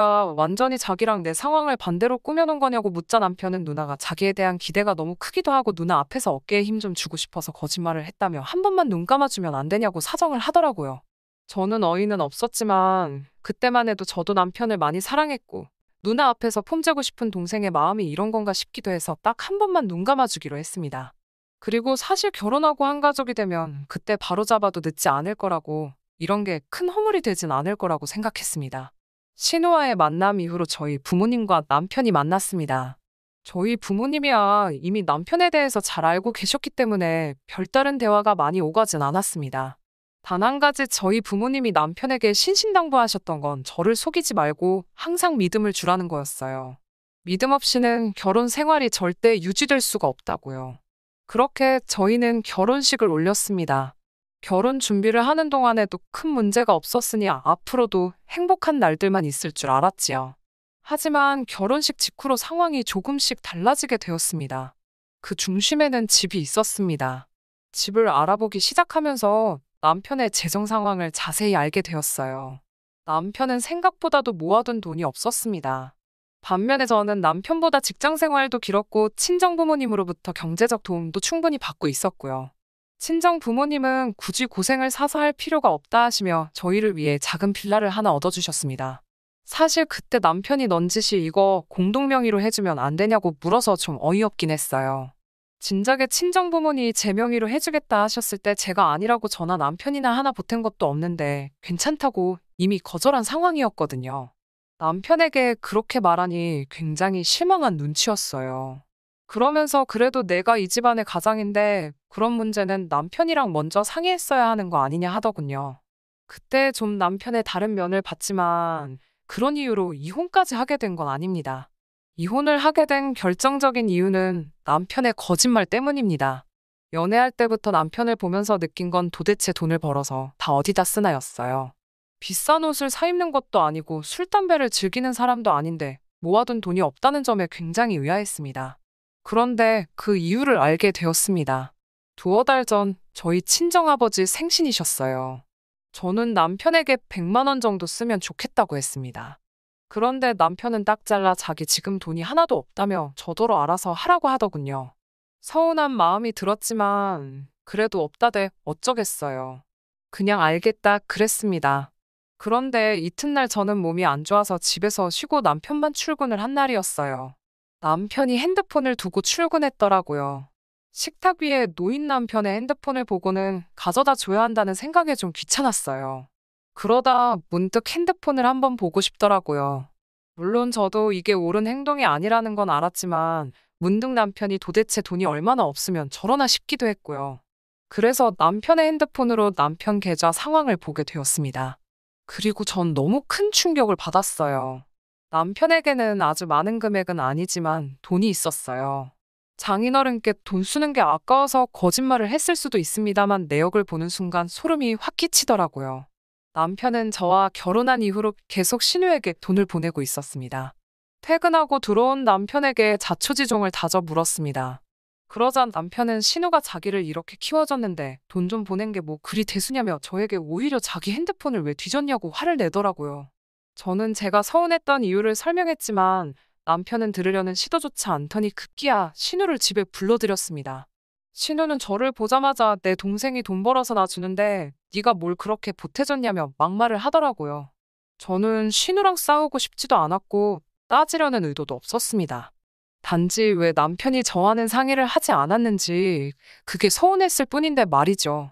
하지만 신우는 저에게 멍청하고 잘난 것도 없는 게 친정에서 이 코딱지만한 빌라 하나 해줬다고 지금 유세냐고 그러더군요. 그러자 남편이 나서서 신우에게 지금 우리 아내한테 무슨 소리를 하는 거냐며 내가 이러라고 누나 부른 줄 아냐고 당장 나가라며 신우를 내쫓아버렸습니다. 저는 그렇게 남편과 신우가 틀어지는 걸 바란 게 아니었기에 얼른 뒤쫓아가라고 했지만 남편은 자긴 이제 신우 안 보고 살 거라며 저만 있으면 된다고 하더군요.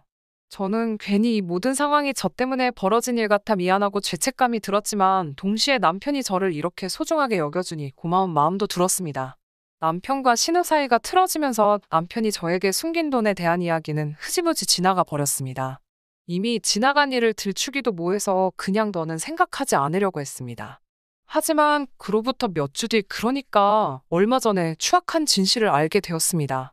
그날은 제가 두통이 너무 심해서 두통약을 먹고 잠에 들었어요. 그런데 약을 잘못 삼켰는지 어디 걸린 것처럼 갑갑해서 잠을 제대로 이룰 수가 없었습니다.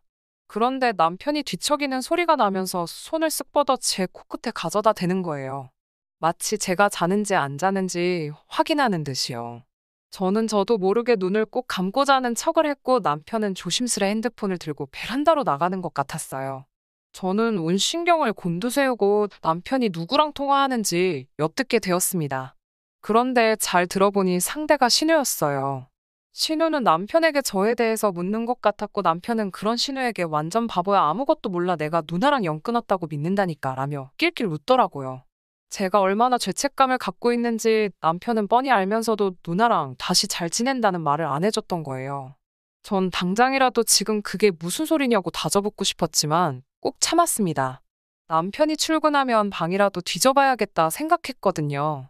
그리고 다음날 남편은 아무렇지도 않다는 듯 출근을 했고 저는 고민 끝에 신우에게 단도직입적으로 물어보는 편이 낫겠다 싶어서 전화를 걸었습니다. 신우에게 만나자고 하니 쉽게 그러자 하더라고요. 그렇게 시내에 있는 카페에서 신우를 만났습니다. 신우는 왜 잘못했다고 빌기라도 하려고 그러냐면서 절 비웃고 있었습니다. 제가 혹시 저희 남편하고 연락하시냐 하니까 너 때문에 못하는 알면서 누구 염장 지르냐고 짜증을 내더라고요. 제가 어제 둘이서 통화하는 거 다 들었다고 하니까 어이없다는 듯이 그럼 지금 뭐 확인이라도 하려고 나를 부른 거냐 따지더라고요. 그러면서 저에게 넌 나한테 상대가 안 된다면서 네가 아무리 내 동생이랑 결혼했어도 걔한텐 내가 1등이야 라면서 제 앞에서 보란 듯이 남편에게 전화를 걸더군요. 신우는 남편에게 아무래도 이렇게 사는 건 아닌 것 같다고 네 아내한테 공동명의 안 해줄 거면 이혼한다고 세게 나가보라고 하니까 남편은 주저하는 기색도 없이 알겠어 한번 해볼게 이러는 거예요. 그리고 전화를 끊기가 무섭게 저한테 다시 전화가 걸려오더니 저한테 신우가 시킨 대로 다짜고짜 공동명의를 하던지 아니면 신우한테 잘못했다고 하고 숙이고 들어가던지 선택을 하라고 하더군요. 그제서야 저는 모든 걸 눈치챌 수 있었습니다. 처음부터 남편과 신우가 작당 모의를 하고 저를 속이려고 했다는 사실을요. 남편이 도대체 정확히 왜 그런 건지 이유는 알 수 없었지만 적어도 저를 속였다는 건 확실했고 그런 남편에게 더 이상 어떤 기대도 희망도 없었습니다. 그래서 이혼을 하게 되었네요. 이혼하기까지 쉽지는 않았습니다. 남편은 저에게 남매끼리 좀 친한 걸 가지고 유난이라면서도 제가 상처받았다면 미안하다고. 자기는 단지 누나에게 자랑스러운 남동생이고 싶어서 그런 것뿐이라며 어떻게든 상황을 모면하려고 하더군요. 하지만 남편이 오히려 그렇게 어물쩍 상황을 넘기려고 할수록 저는 더 화가 났고 남편에게 한 번만 더 귀찮게 하면 인생 끝장날 줄 알라고 경고를 했습니다. 그러자 다시 한번 나서서 신호가 어디 하늘 같은 남편이자 직장 선배한테 개기냐는 말도 안 되는 소리를 짓거리더군요. 저는 결국 연구소에다 남편을 내보내든지 아니면 제가 이직하겠다고 엄포를 놓았습니다. 제가 이래봬도 이쪽 분야에서는 능력을 인정받아서 오라는 회사들이 몇 곳 있었거든요.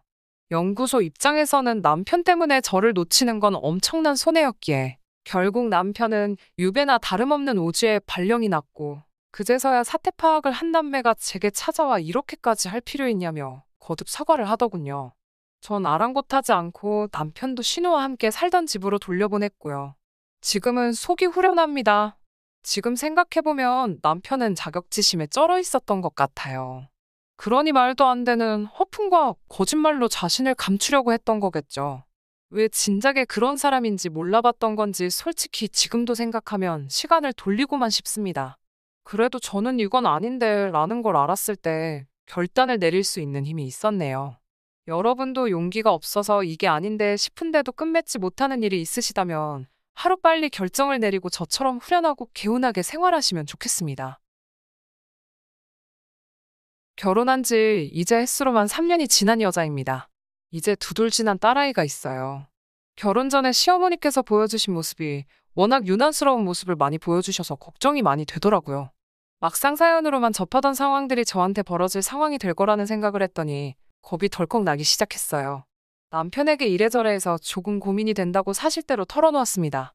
남편은 시댁이 지방이니 자주 뵐 일도 없을 테고 무엇보다 제가 시어머니와 혹시 갈등이 생길 경우에 남편이 중간에서 잘 해결을 해주겠다는 식으로 약속을 했기 때문에 그거 하나만 믿고 결혼을 하기로 결정을 했습니다.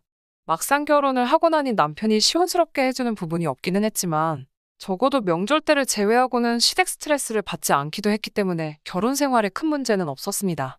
저도 잔소리에 약간 묻어난 편이기도 하고 저도 할 말은 쌓아두지 않고 꼭 해야 하는 성격이라 남편이 혹시나 제 편을 들어주지 않는다고 하더라도 저 혼자서 어떻게든 해결할 수 있겠다는 생각이 들었어요. 신랑은 다른 건 모르겠고 어머니 음식 솜씨에만큼은 자부심을 가지고 있었어요. 본인이 음식을 잘 아는 것도 아닌데 그러는 걸 보면 조금 답답한 부분이 있었습니다. 외식을 하러 가거나 밖에서 뭐라도 사 먹는 날에는 툭하면 우리 엄마가 해주는 게 더 맛있다고 하면서 밥상머리 앞에서 궁시렁대는 게 일상이었습니다. 어차피 돈 주고 사 먹는 거 맛있게 먹으면 좋겠는데 꼭 어딘가 부족하다는 식으로 이야기를 하니 같이 돈 주고 사 먹는 입장에서 여간 꼴불견일 수가 없었어요. 아이가 돌이 지나면서 육아휴직 기간도 끝나게 되어서 처음에는 고민을 많이 했습니다. 상황이 여의치 않아서 제가 전업주부가 되기에도 무리가 있는 데다가 친정부모님도 시부모님도 양쪽 다 지방에 거주하시니 아이를 어린이집에 보내는 것 말고는 선택권이 없었습니다. 결국 저는 복직을 하게 되면서 아이를 어린이집에 보내게 되었습니다. 그때까지는 몰랐는데 아이가 분리불안이 조금 큰 편이었더라고요. 그래서 복직 3개월 만에 회사를 그만두기로 결정하였습니다. 불행 중 다행이라고는 할 수 없지만 그래도 당시 코로나가 엄청 유행하기도 했고 회사에서도 저의 사정을 이해해줘서 월급을 조금 삭감하고 재택근무라도 하지 않겠냐는 제안을 해주었어요. 월급이 줄어드는 게 타격이 있기는 했지만 그래도 아이를 돌보면서 일을 할 수 있게 된 부분이 저한테는 감지덕지한 상황이었습니다. 아이 가지신 분들이면 다 아시겠지만 이제 막 돌진한 아이가 있으면 매일매일 새반찬 해가면서 끼니 챙기기에는 조금 무리가 있잖아요. 아무리 재택근무를 하게 되었다고 한들 저도 집에서 회사 일을 해야 하고 할당된 만큼의 업무를 해야 했기 때문에 집에 있다고 하더라도 살림과 일을 병행하면서 하기에는 무리가 있었습니다. 그래서 매일 반찬 가게에서 반찬을 사 먹게 되었습니다. 남편은 그걸 가지고 궁시렁대기 시작했어요. 사람이 집밥을 먹어야지 무슨 재료를 썼는지도 모르고 조미료가 들어갔는지도 모르는 걸 돈을 주고 사다 먹고 있다고 툴툴대기 일쑤였어요. 시어머니 솜씨가 좋았어서 결혼 전에 자기는 반찬을 평생 사 먹어본 적도 없고 밥에는 정성이 들어가야 맛있지 사 먹는 건 정성이 들어가 있지 않아서 맛이 없다는 말도 안 되는 논리를 펼쳤습니다. 살림이라고 하나도 거들지 않으면서 먹는 거 가지고 툴툴대니 저도 짜증이 날 때까지 나 있었죠. 그러다가 친정엄마가 지난 겨울에 김장을 하시면서 김치도 종류별로 보내주시고 밑반찬도 여러 가지 해서 보내주셨어요. 통화하다가 넋두리하듯 이야기한 건데 그게 신경 쓰이셨는지 참 여러 가지 반찬을 해주셨더라고요.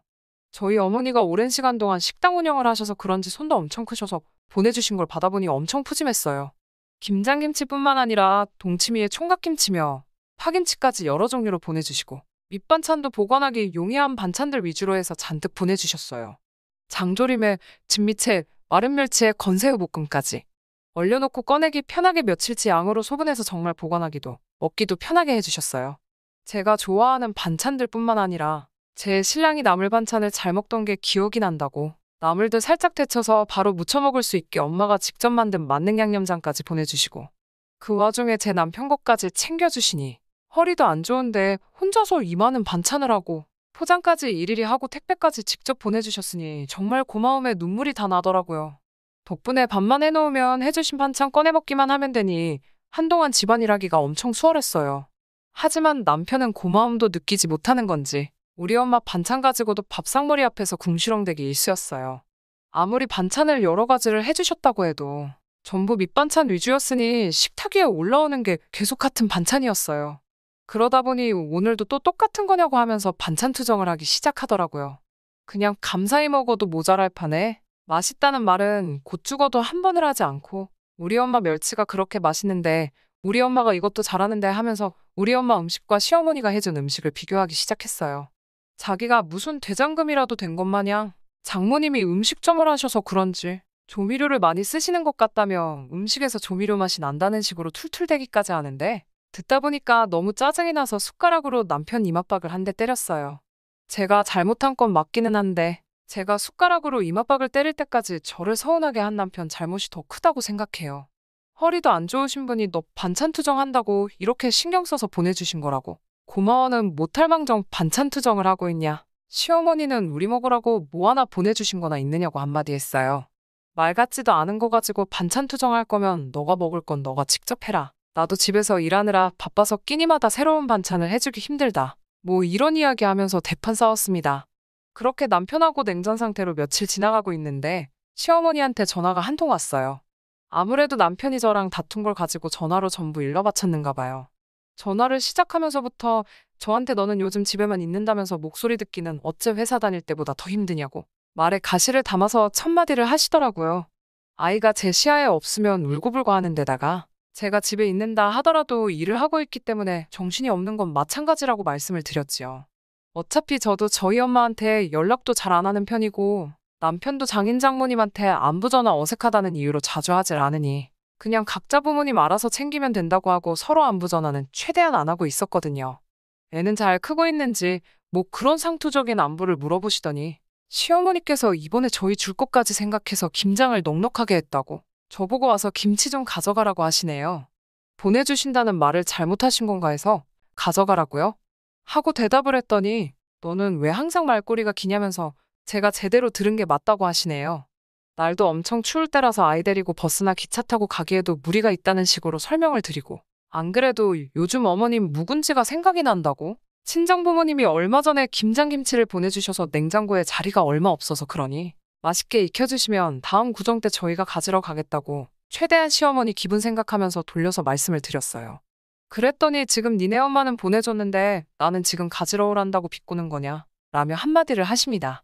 KTX 타면 금방 오는데 오랜만에 손녀딸 좀 볼 겸 해서 저보고 굳이 가지러 오라고 하시네요. 그래서 아이도 이제 많이 큰 데다가 이유식 먹고 있기 때문에 그걸 다 바리바리 챙겨서 가기에는 무리가 있고 게다가 아직 코로나가 한창인데 아이 데리고 사람 많은 공공장소에 가기 조금 그렇다는 식으로 최대한 좋게 좋게 설명해가면서 못 가겠다고 말씀을 드렸어요. 그랬더니 저한테 버럭 소리를 지르시면서 지금 누가 시험이고 누가 며느리인지도 모르겠다고? 어른이 말하면 그냥 알겠다고 하면 될 것을 뭐가 그리 말이 기냐고 한마디 하시면서 김치도 네 먹으라고 주는 게 아니라 내 아들 먹이려고 하는 거니 냉큼 와서 가지고 가라고 하시더군요. 우리 아들은 갓 담근 김치를 좋아한다며 늦장 부릴 생각 하지 말고 최대한 빨리 오라고 하시면서요. 당연히 남편 퇴근하고 와가지고 이 이야기 가지고 한판 더 싸웠어요. 말도 제가 먼저 꺼낸 것이 아니라 남편이 퇴근하자마자 시어머니하고 통화했다고 너는 애가 왜 그러냐면서 밖에도 안 나가고 맨날 집구석에만 있으면서 거기 한번 다녀오는 게 싫으냐고 또 제가 재택근무를 한다는 사실 가지고 제가 다녀와야 한다는 듯이 성질을 바득바득 내더라고요. 너 먹으라고 해준 거라는데 내가 왜 거길 가야 되냐고 한참을 실갱이를 하다가 결국에는 남편이 주말에 차 끌고 가서 기어이 그 김치를 받아오더라고요. 자기가 가져왔으니 뒷정리는 저보고 하라고 해놓고서는 식탁 위에 김치통 올려만 두고 방으로 들어가 버리더라고요. 정리하다 말고 꼴보기가 싫어서 냉장고 구석에다가 처박아 놨어요. 다음 날에 점심 식사를 하는데 남편이 왜 김치를 왜 안 꺼내놨냐고 밥상머리 앉자마자 툴툴대기 시작했고, 저는 너가 먹을 거를 내가 왜 차려야 하냐고 냉장고에 있으니 알아서 꺼내 먹으라고 했어요. 이게 진짜 반찬이지 이딴 소리를 하면서 고집 부린다고 우리 엄마가 해준 다른 반찬에는 손도 대지 않고 지가 꺼내온 김치만 가지고 밥을 두 그릇을 먹더라고요. 어이가 없었지요. 남편의 유치한 행동에 어이가 없던 게 아니었어요. 남편이 밥을 두 그릇이나 비워버린 그 김치는 시어머니가 해주신 게 아니고 얼마 전에 우리 엄마가 보내주신 우리 엄마표 김치였으니까요. 고집을 부리느라 미각이 어떻게 됐냐? 하면서 빈정대고 싶었는데 언제까지 그 김치가 우리 엄마 김치인 걸 눈치채려나 하고 가만두었어요. 시어머니 김치는 김치냉장고 구석에서 잘 익어가고 있었고요. 결국 남편은 2달도 안 돼서 우리 엄마가 보내준 김치를 끝내버리더라고요. 이제라도 사실대로 말해주고 시어머니 김치라도 꺼내줘야겠다 하는데 제가 김치 꺼내는 모습을 보고 있으니 지네 엄마가 해준 김치는 다 먹은 거냐고 하더라고요. 그때쯤에 진실을 말해줄까 하다가 우리 엄마 김치, 니네 엄마 김치 이러고 있는 게 가짜나가지고 그냥 아무 말도 안 했어요. 남편은 김치를 꺼내고 있는 제 옆으로 오더니 시어머니 김치를 하나 집어들어서 맛을 보더라고요. 먹자마자 김치에서 조미료 맛이 난다나 어쩐다나 하면서 이런 가짜 김치는 못 먹겠다고 하더라고요. 그 뒤로부터 다시 반찬 투정이 시작되었고 시어머니 김치에는 일절 손도 대질 않더라고요. 아무튼 그렇게 시간은 흐르고 흘러서 얼마 전 구정 때였어요. 코로나 동안 한 번도 찾아뵌 적이 없어서 용돈 봉투에 각각 100만 원씩 평소보다 두둑하게 챙겨놓았어요. 시댁에서 이틀간 시간을 보내고 친정으로 출발하기 직전에 준비했던 용돈 봉투를 꺼내서 드렸어요. 그렇게 그냥 끝나면 되는 거였는데 남편이 지 안주머니에서 딱 봐도 돈깨나 들어있을 법한 두툼한 봉투를 꺼내면서 엄마 김치 덕분에 요 한동안 식사답게 식사를 했다고, 지금은 또 먹을 게 없어서 죽겠다고 월동 배추 좀 사다가 김치 좀 더 담궈달라고 하면서 봉투를 건네더라고요. 시어머니가 주신 김치는 손도 안 댄 채로 그대로 있었는데 딱 봐도 그 김치 가지고 지네 엄마한테만 용돈을 좀 더 챙겨주려는 개수작이 눈에 너무나도 뻔히 보이더라고요. 그래서 제가 그 봉투를 낚아채버렸어요. 제가 봉투를 뺐으니 남편도 남편이지만 시어머니도 눈이 휘둥그레져서 어이가 없다는 듯이 저보고 뭐 하는 짓이냐라고 묻더라고요. 뭔가 오해가 있는 것 같다고, 시어머니께 남편이 어머님 김치는 조미료 맛이 나서 못 먹겠다고, 손도 안 대고 그대로 있다는 사실을 말씀드렸어요. 어머님은 앞으로도 김장해 주실 필요가 없을 것 같다고도 말씀드렸고요. 남편 말대로 이 돈은 친정엄마를 들여서 김치나 좀 더 받아야겠다고 하고 제 주머니에 챙겼어요. 남편이 아주 장모님 김치가 최고로 맛있다고, 김치만 가지고도 밥을 두 그릇씩을 비워버린다고 하니 두세 포기 가지고는 한 달도 못 버틴다고 말씀드렸어요. 남편이 무슨 소리냐고 묻길래 너가 그동안 먹은 거 시어머니가 주신 게 아니고 우리 엄마 김치였다는 사실을 말해줬습니다. 남편도 어이없어 하고 있고 시어머니도 어이없어 하는 남편을 어이없이 쳐다보고만 있더라고요. 속이 후련해져서 차에 타려고 나오는데 야, 이 녀석아, 너는 평생 먹은 엄마 음식 맛도 모르냐? 라는 소리와 함께 남편이 시어머니한테 등짝을 두드려 맞는 소리가 들리더라고요. 손맛이 좋으시다는 게 정말 남편 등짝 하나만큼은 찰지게 때리시던 게 이제서야 이해가 가더라고요. 친정 가는 차 안에서 얼굴이 아주 시뻘개져서 아무 말도 못하고 있는데다가 친정에 도착해서 우리 엄마한테 김치를 이이가 그렇게 잘 먹는다고 남편이 시어머니 드리려고 따로 준비한 용돈 봉투를 건네드릴 때 남편은 그 모습을 못 보겠는지 고개를 돌리고 있는데 정말 그동안 묶인 게 해소되고 통쾌하기가 그지 없었습니다.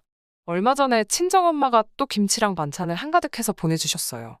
대충 보니 그때 드린 용돈 따로 챙기신 거 없이 오롯이 전부 음식으로만 해서 보내주신 것 같아요. 저는 제 속 한번 시원하자고 한 건데 그것 때문에 또 엄마가 괜히 신경 쓰셔서 몸도 불편하신 와중에 음식을 잔뜩 하게 만든 것 같아서 마음이 좋지만은 않네요.